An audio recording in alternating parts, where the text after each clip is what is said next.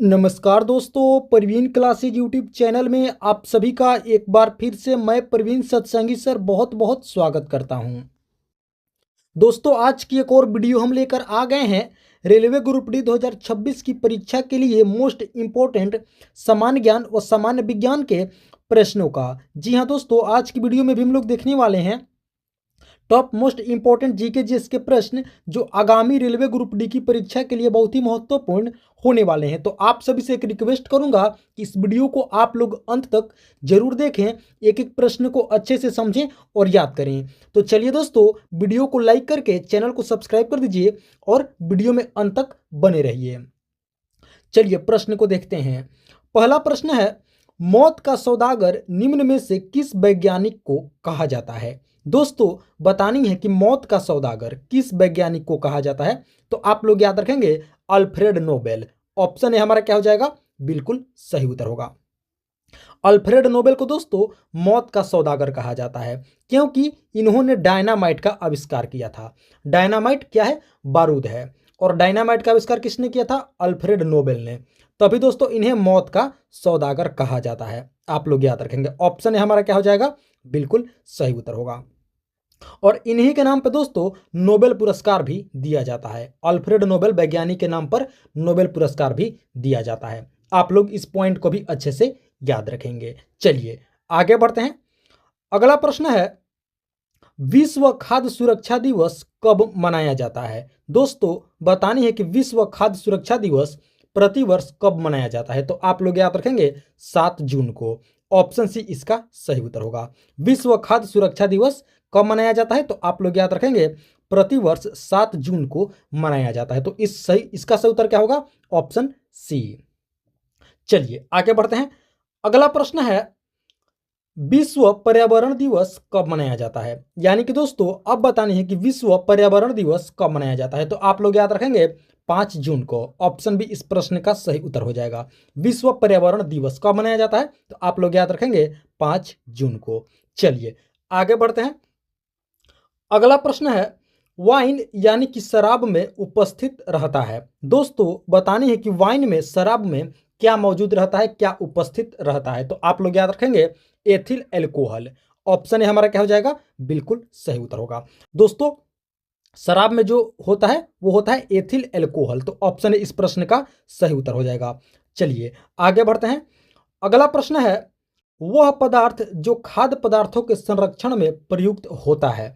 दोस्तों, प्रश्न है कि खाद्य पदार्थों के संरक्षण हेतु क्या प्रयोग किया जाता है, कौन सा पदार्थ प्रयोग किया जाता है। तो आप लोग याद रखेंगे इसका सही उत्तर होगा बेंजोइक एसिड। जी हाँ दोस्तों, ऑप्शन डी इस प्रश्न का सही उत्तर होगा। दोस्तों, इस प्रश्न को आप लोग स्टार मार्क कर लेंगे, मोस्ट इंपॉर्टेंट प्रश्न है। दोस्तों, खाद्य पदार्थों के संरक्षण हेतु बेंजोइक एसिड का प्रयोग किया जाता है। आप लोग याद रखेंगे ऑप्शन डी इस प्रश्न का सही उत्तर होगा। चलिए आगे बढ़ते हैं। अगला प्रश्न देखते हैं। अगला प्रश्न है, कलिंग पुरस्कार द्वारा दिया जाता है। दोस्तों, बतानी है कि कलिंग पुरस्कार किसके द्वारा दिया जाता है। तो आप लोग याद रखेंगे दोस्तों यूनेस्को के द्वारा। ऑप्शन डी इसका सही उत्तर होगा। कलिंग पुरस्कार किसके द्वारा दिया जाता है, तो आप लोग याद रखेंगे यूनेस्को के द्वारा दोस्तों इसे दिया जाता है। कलिंग पुरस्कार यूनेस्को के द्वारा इस पुरस्कार को दिया जाता है। आप लोग याद रखेंगे ऑप्शन डी। चलिए आगे बढ़ते हैं। अगला प्रश्न है, हीमोग्लोबिन और क्रोमेटिन के निर्माण के लिए आवश्यक खनिज लवण है। दोस्तों, बतानी है कि हीमोग्लोबिन और क्रोमेटिन के निर्माण के लिए जो आवश्यक खनिज लवण होता है वो कौन सा है। तो आप लोग याद रखेंगे दोस्तों इसका सही उत्तर होगा लौह। Option C. हीमोग्लोबिन और क्रोमेटिन के निर्माण के लिए आवश्यक खनिज लवण कौन सा होता है, तो आप लोग याद रखेंगे लौह यानी कि लोहा, आयरन। तो ऑप्शन सी क्या हो जाएगा, इस प्रश्न का सही उत्तर होगा। चलिए आगे बढ़ते हैं। अगला प्रश्न है, भारत में दशमलव मुद्रा प्रणाली की शुरुआत कब हुई थी। दोस्तों, बतानी है कि भारत में दशमलव मुद्रा प्रणाली की शुरुआत कब हुई थी। तो आप लोग याद रखेंगे अप्रैल 1957 में। जी हाँ दोस्तों, ऑप्शन ए इसका सही उत्तर होगा। भारत में दशमलव मुद्रा प्रणाली की शुरुआत कब हुई थी, तो आप लोग याद रखेंगे अप्रैल 1957 ईस्वी में दोस्तों भारत में शुरुआत हुई थी। इसके जन्मदाता कौन थे, तो आप लोग याद रखेंगे आर्यभट्ट। दशमलव मुद्रा प्रणाली की जन्मदाता कौन थे? तो आप लोग याद रखेंगे आर्यभट्ट। शुरुआत कब हुई थी? तो 1957 ईस्वी में। ऑप्शन ए इस प्रश्न का राइट आंसर होगा। चलिए आगे बढ़ते हैं। अगला प्रश्न है, किस प्रकार का मोटर विद्युत सेविंग मशीन में प्रयोग किया जाता है? दोस्तों बताने हैं कि किस प्रकार का मोटर विद्युत सेविंग मशीन, जो दोस्तों इलेक्ट्रिक सेविंग मशीन होता है, उस इलेक्ट्रिक सेविंग मशीन में किस प्रकार का मोटर यूज किया जाता है? तो आप लोग याद रखेंगे यूनिवर्सल मोटर। ऑप्शन ए इसका राइट आंसर होगा। दोस्तों विद्युत सेविंग मशीन में यूनिवर्सल मोटर का प्रयोग किया जाता है, तो ऑप्शन ए इस प्रश्न का सही उत्तर होगा। चलिए आगे बढ़ते हैं।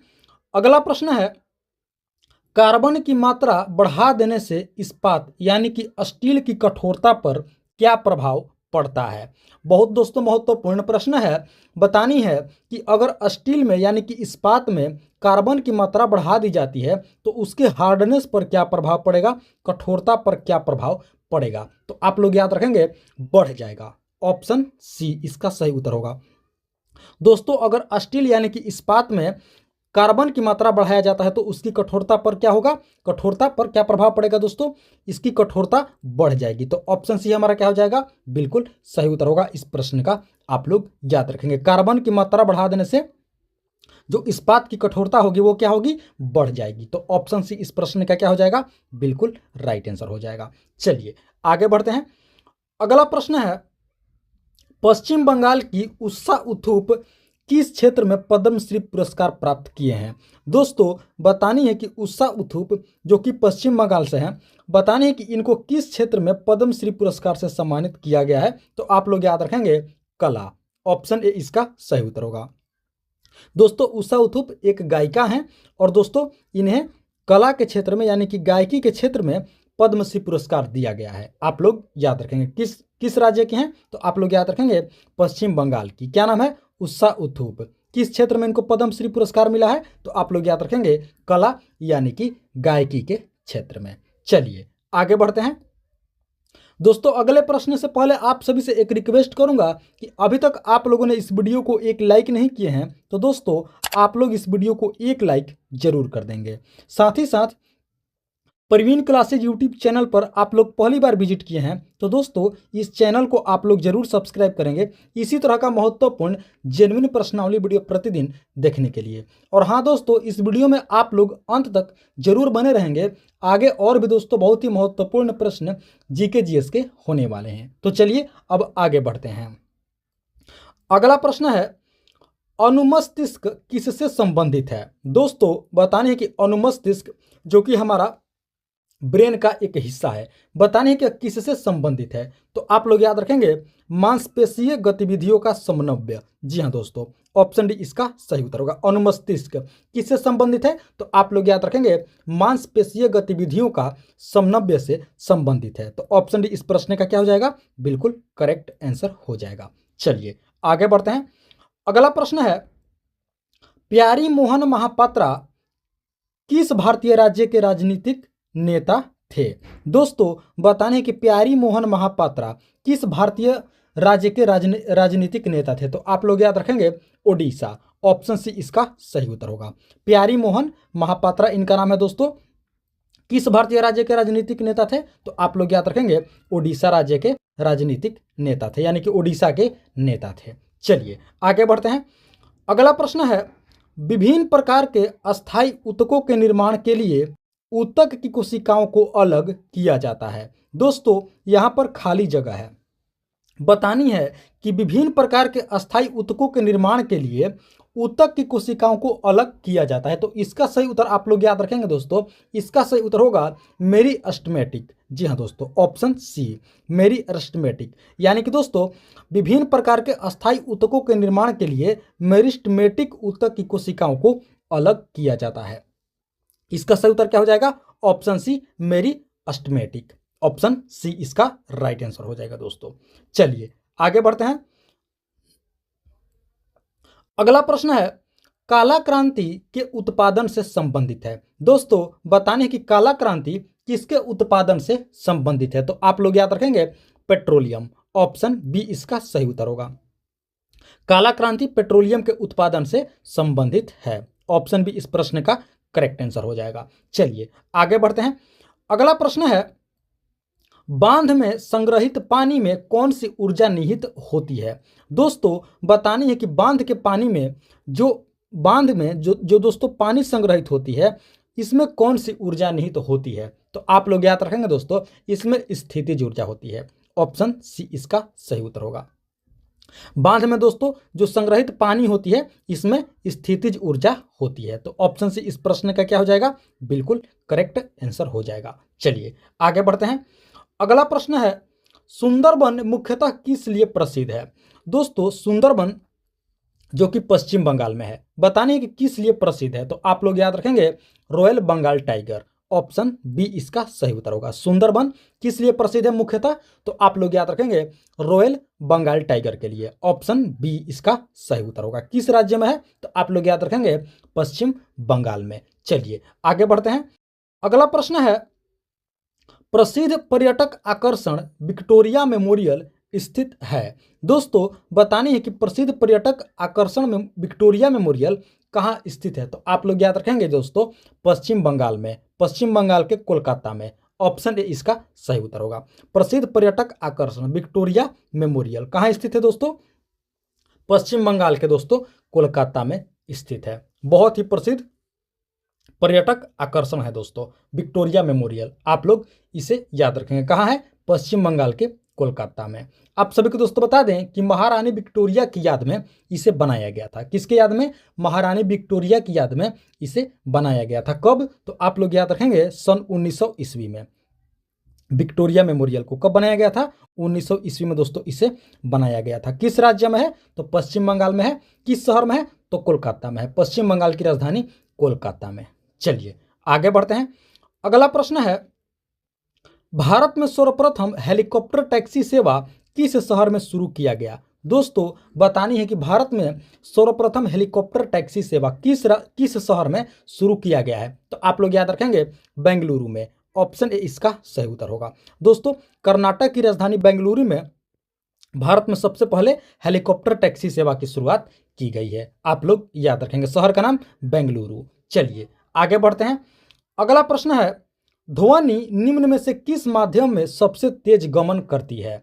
दोस्तों बतानी है कि जो ध्वनि है इनमें से किस माध्यम में सबसे तेज गमन करती है, अर्थात सबसे तेज यात्रा करती है? तो आप लोग याद रखेंगे इसका सही उत्तर होगा ठोस पदार्थ में। Option B. ध्वनि दोस्तों ठोस पदार्थ में सबसे तेज गमन करेगी। आप लोग याद रखेंगे ऑप्शन बी इसका सही उत्तर होगा, ठोस पदार्थ। चलिए आगे बढ़ते हैं।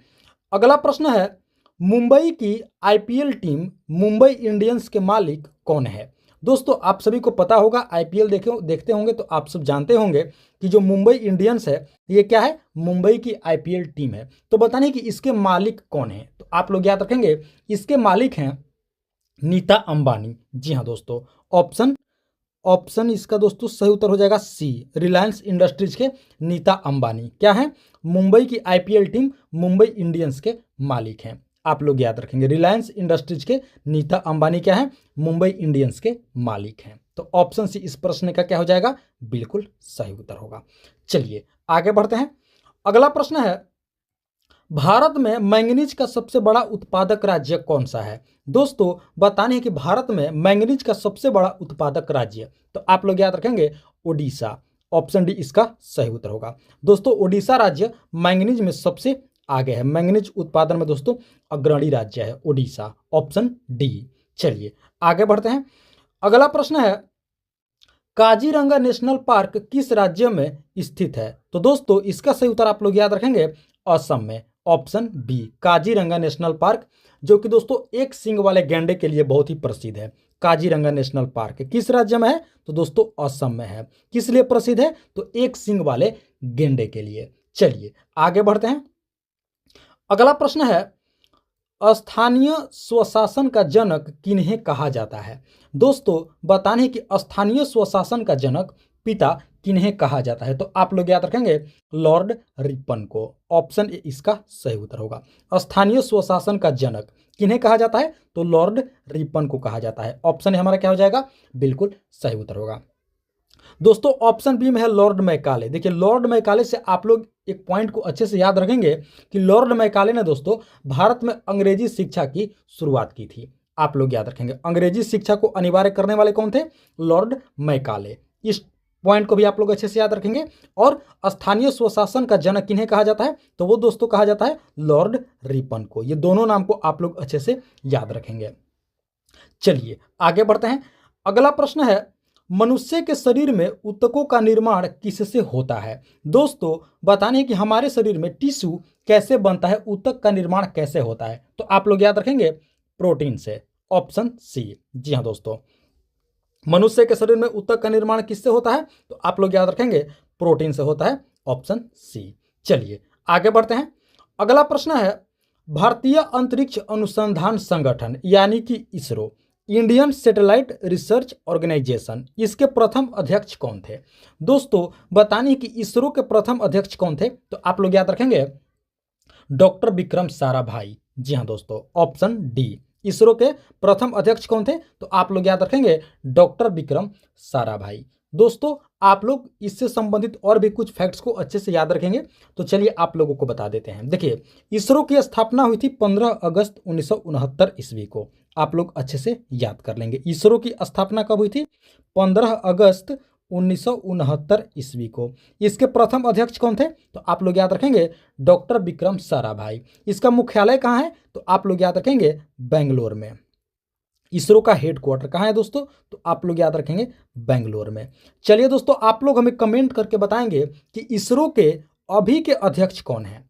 आप लोग हमें कमेंट करके जरूर बताएंगे इसरो के जो करंट अध्यक्ष कौन है। आप लोग इसका जवाब हमें कमेंट करके जरूर बताएंगे। प्रथम अध्यक्ष कौन थे? तो डॉक्टर विक्रम साराभाई। कब स्थापना हुई थी? तो 15 अगस्त 1969 ईस्वी को। मुख्यालय कहाँ है? तो कर्नाटक की राजधानी बेंगलोर में। सारे पॉइंट को आप लोग अच्छे से याद रखेंगे। तो चलिए आगे बढ़ते हैं।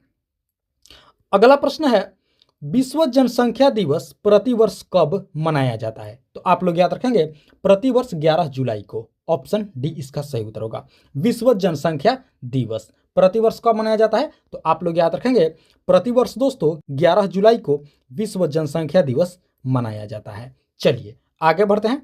अगला प्रश्न है, डायनेमो का आर्मेचर किस धातु का बना होता है?